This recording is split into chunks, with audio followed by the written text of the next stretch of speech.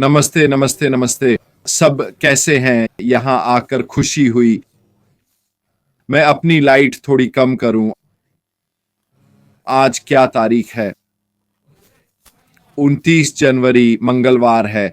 सबका दिन अच्छा। अरे नहीं, बुधवार है। माफ कीजिए। आशा है सभी का दिन अच्छा जा रहा है। आज पैसिव वॉइस पर क्या नया है? ओएस में कुछ खास नहीं दिखा। सुबह की तरह लॉग इन किया। कोई नया अपडेट नहीं, पर कुछ दिखे तो बताएं। एक दूसरे की मदद करना अच्छा है ना? जब हम ऐसा करते हैं। आज कुछ ऐसा बताना था जो आपको रुचिकर लगे। वो है स्टार्टअप के दो सिनेरियो, और इस बारे में मेरे और एंडी के साथ कल रात काफी दिलचस्प चर्चा हुई।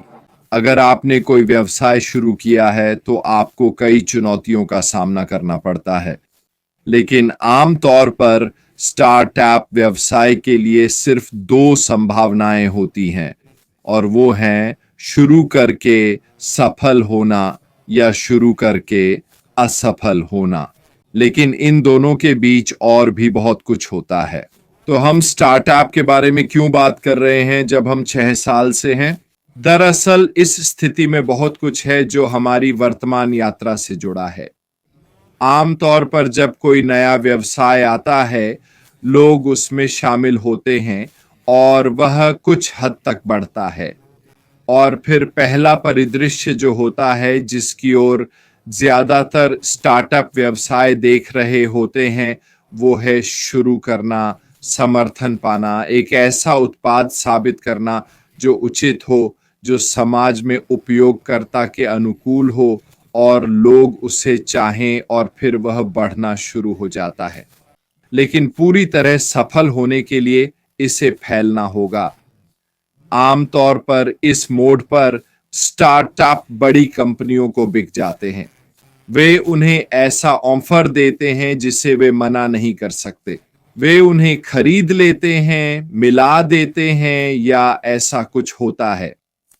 हमारे सीईओ ने शुरू से ही बताया है कि यह उनकी और परिवार की निजी कंपनी है। कोई शेयरधारक नहीं है। इसे स्टॉक एक्सचेंज में सूचीबद्ध नहीं किया जाएगा।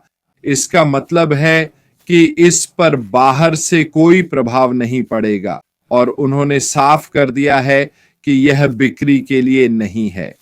तो अगर आप सामान्य स्टार्टअप व्यवसायों को देखें, तो व्यवसाय शुरू करने वाले व्यक्ति का मकसद होता है वह बड़ा दिन जब कोई दूसरी कंपनी आए और उनके व्यवसाय के लिए बड़ी रकम ऑफर करे शुरुआती चरणों में, और फिर मिल जाए नई कंपनी के साथ।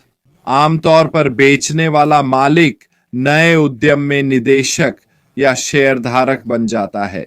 इनमें से कुछ भी ऑन पैसिव पर लागू नहीं होता। क्यों? क्योंकि हमारे सीईओ ने साफ कहा है यह बिकाऊ नहीं है। तो अब दूसरा परिदृश्य सामने आता है, और यह वो है जिसके बारे में हम काफी कुछ जानते हैं। और वो स्थिति तब होती है जब दूसरे बिजनेस कंपनियां, प्रतिद्वंदी, बाहरी लोग, यहां तक कि देशों के सरकारी विभाग महसूस करते हैं कि ये नया बिजनेस उनके ग्राहकों के लिए खतरा बनेगा किसी न किसी तरह से। उनका नॉर्म, उनकी आमदनी, उनका पुराना तरीका, ये सब उनके लिए अच्छा नहीं होगा। तो वे क्या करते हैं? वे उस बिजनेस को बंद करवाने के लिए हर तरकीब आजमाते हैं। वे हर संभव तरीके से हमला करते हैं, व्यक्तिगत रूप से, सोशल मीडिया पर, सीधे बिजनेस पर, मालिकों और उनके परिवारों पर। इन सभी स्थितियों से हम अच्छी तरह वाकिफ हैं, क्योंकि ये वाकई हुई है। कंपनी के अंदर कर्मचारियों में, संस्थापकों में, सदस्यों में, इन सब चीजों के बारे में हम अच्छी तरह जानते हैं, क्योंकि हमने ये सब देखा है। एक मिनट रुकिए। तो मैं यहां ये कहना चाह रहा हूं कि ये दोनों स्थितियां किसी न किसी रूप में ऑन पैसिव के साथ हो रही हैं। मैं यह मुद्दा क्यों उठा रहा हूं, आज मैं इस पर चर्चा क्यों कर रहा हूं? कारण यह है कि हमें जानना चाहिए कि पर्दे के पीछे क्या चल रहा है। हमारे सामने बहुत सारे सबूत पेश किए गए हैं। नाम नहीं लिए गए, पर हमारे सीईओ ने कई बार इशारा किया है कि वे बाहर रहे हैं। वे खुलकर कहते हैं कि इन हमलों का एकमात्र कारण उनके लक्ष्य हैं। ऑन पैसिव की मानवीय पहल, समान अवसर, सबको उचित हिस्सा, यह सब कई लोगों के लिए खतरा है। क्यों? क्योंकि समाज का शीर्ष वर्ग ही धन, प्रभाव और शक्ति रखता है और वे यह बदलना नहीं चाहते। वे किसी भी नए व्यवसाय को रोकने की हर कोशिश करेंगे। मैं आपको अभी एक शानदार उदाहरण देना चाहता हूं कि कैसे एक चीज स्टॉक एक्सचेंज और व्यवसायों को हिला सकती है, जो अरबों का नुकसान कर सकती है। और यह 2-3 दिन पहले चीन की डीप सीक एआई के साथ हुआ। उन्होंने इसे लॉन्च किया। इसने पूरी दुनिया को हिलाकर रख दिया। अगर आप इसके बारे में नहीं जानते तो गूगल पर डीप सीक एआई देखें, जो चैट जीपीटी जैसी एक चीनी कंपनी है। काफी अलग है। इसमें फोटो, मीडिया और ऐसी कई चीजें चैट जीपीटी स्टाइल में शामिल हैं। लेकिन यहां एक बात है, ये ज्यादा सुलभ, सस्ता है और इसे चलाने में कम कंप्यूटर संसाधन लगते हैं। थोड़ा दिलचस्प लगता है ना? लगता है चीन ने कुछ ऐसा बनाया है जो क्रांतिकारी है, जो सभी चाहते हैं, जो एआई के इस्तेमाल की दिशा बदल देगा। पहले दिन ही इसके डाउनलोड्स चैट जीपीटी के 1 महीने से ज्यादा हुए। यह सचमुच दुनिया में तहलका मचा रहा है। तो डीप सीक का जबरदस्त असर हुआ है। ये वहां कैसे पहुंचा, इसे दुनिया के सामने कैसे पेश किया गया और चुपके से जाल से निकल गए। मैं बताऊंगा कि यह कैसे बाहर आया, क्योंकि किसी को इसके बारे में कुछ पता नहीं था। यह पूरी तरह से एक राज था। जब तक इसे जारी नहीं किया गया, किसी को भनक तक नहीं थी, कोई कुछ नहीं जानता था। क्या यह थोड़ा जाना पहचाना लगता है? क्या यह कुछ ऐसा नहीं लगता जो हमारा कोई परिचित भी करने की कोशिश कर रहा है? पर्दे के पीछे कुछ ऐसा बनाना जो जारी होने पर बड़ा प्रभाव डालेगा। मैं ये नहीं कह रहा कि इसका प्रभाव डीप सीक जैसा होगा, पर इसके पीछे का सिद्धांत निश्चित रूप से समझ में आता है। पर 6 साल की यात्रा में बहुत जानकारी सामने आई है। अन्य कंपनियां ऑन पैसिव के बारे में काफी कुछ जानती हैं। उन्हें वाकई अंदाजा हो गया है कि ऑन पैसिव क्या करने वाला है और इसलिए वे दबाव डाल रहे हैं, लड़ रहे हैं, ऑन पैसिव को रोकने की कोशिश कर रहे हैं, जनता तक पहुंचना, जो हमारे सीईओ का मकसद है। डीप सीक के मामले में यह पूरी तरह गुप्त था। इसे पर्दे के पीछे तैयार किया गया, सुधारा गया और अचानक बाजार में लॉन्च कर सबको चौंका दिया। इसने बाजारों को लगभग हिला दिया।